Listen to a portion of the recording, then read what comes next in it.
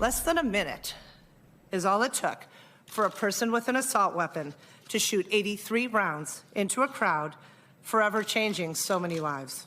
And the most disturbing part, this is the norm in our country. Highland Park had the uniquely American experience of a 4th of July parade turn into what has now become a uniquely American experience of a mass shooting. How do we call this freedom? Today, the mayor of Highland Park, Illinois, where a gunman opened fire at a 4th of July parade, testified before Congress to call for a ban on assault weapons. And joining me now is said mayor, Nancy Rotering of Highland Park. Thank you for being here. It is great to actually meet you in person. Thank you, Joy. Delighted to be with you. Talk a little bit about, we heard what you said. We know what you said. What did Republican senators, specifically who were listening to you, knowing the tragedy that your community has endured, say back to you? They didn't talk directly to me. They talked to their own witnesses. But what they really focused on were the rights of law-abiding citizens. And what was fascinating to me was in most of these mass shootings, these guns are obtained legally. Yeah. So how are we answering law-abiding citizens if these are law-abiding citizens who are getting these combat weapons and using them on our communities?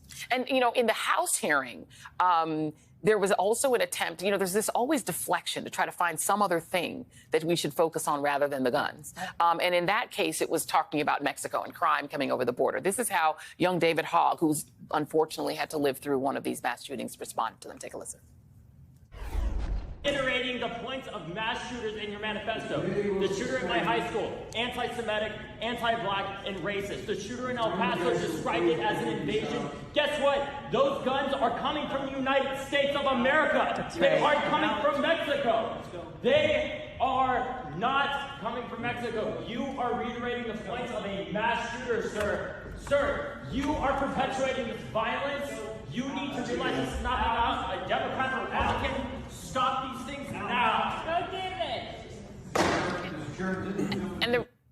And the reality is, Illinois is a textbook case of this. These are coming from America. Chicago, which, Highland Park is a suburb of. Right. But in Chicago, the right loves to talk about Chicago. Those guns come in from Indiana. Absolutely. Where it's easier to get a gun. Absolutely. And so, it's hard for me to understand how people don't understand the way you could stop this is, number one, to reduce the kinds of assault weapons people can get their hands on. Exactly. And so we banned assault weapons in large capacity magazines in my city 9 years ago in 2013. Yeah. We know that Illinois is looking at similar legislation, and I appreciate that they're moving in that direction. But absolutely, we are only as protected as the weakest gun laws in the surrounding states. We are only going to be safe when this is a federal initiative to get these combat weapons out of our communities. And the thing is, the kinds of young men, and it's almost all exclusively young men who have very similar demographics, are buying these weapons. And I want to show you some of the ideas of the way that they're being marketed, these weapons, these long guns. This is Daniel Defense. They've got things like a Santa Claus. I mean, we're going to put up, this is 3 for my producers. There it is, a Santa Claus, guns wrapped up in paper, in Christmas paper. And they're marketing these weapons, companies like Daniel Defense, to younger and younger and younger people. And you also have this sort of action-oriented, looks like a live video game stuff on their Instagram. They're actually triggering people who are very similar, and some of them wind up being mass shooters. And what's unbelievable to me is we know in the rest of the world there are people who are also intrigued with this kind of a thing. What's the difference? They can't get their hands on these weapons. And so that was another point that was made repeatedly today by the Republicans was, well, what about mental health? And of course, we all want to put resources towards resolving mental health challenges. What about this? What about that? Stop with the what about. And let's get it done. Let's get these weapons off the streets. Then we can talk about what's differentiating us as a country. But right now, it's so clear that it's these weapons and the accessibility to getting them. Let me ask you how your community is doing, because what you all went through is just it's shocking, and it makes little kids say they don't want to go to a parade. It makes a lot of little kids also afraid to leave their homes. It makes a lot of parents and little kids worried about going back to school in a month. This is going to be a really long journey for a lot of us. We had counselors at our high school who were seeing over 1,200 people a day. And we know that this isn't going to stop in a week. It's going to be forever for several people. We obviously are strong and supportive of each other, and we are so appreciative of the incredible work done by our police department. They were amazing, our fire department, the volunteers. So we are in the process of transitioning, I think, now to how do we take a step forward. What can we do?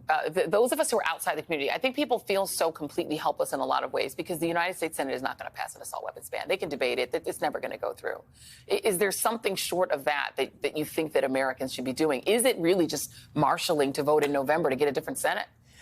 Absolutely. I mean, to that point, I think there are folks who aren't doing their jobs. Let's think about why people go into government. Theoretically, it's to protect the public. Yeah. It's to serve the public. If you can't serve the public by changing the very laws that people use to get their hands on these guns, you're not doing your job. You need to get voted out. Especially if you're from a state like Texas. You have people like Ted Cruz and John Cornyn, who you would think, because of Uvalde, it would be urgent to them to immediately do something. They don't want to do anything. Mayor Nancy Rotering, thank you very much. Thank you so much. Thank you. Really appreciate you being here.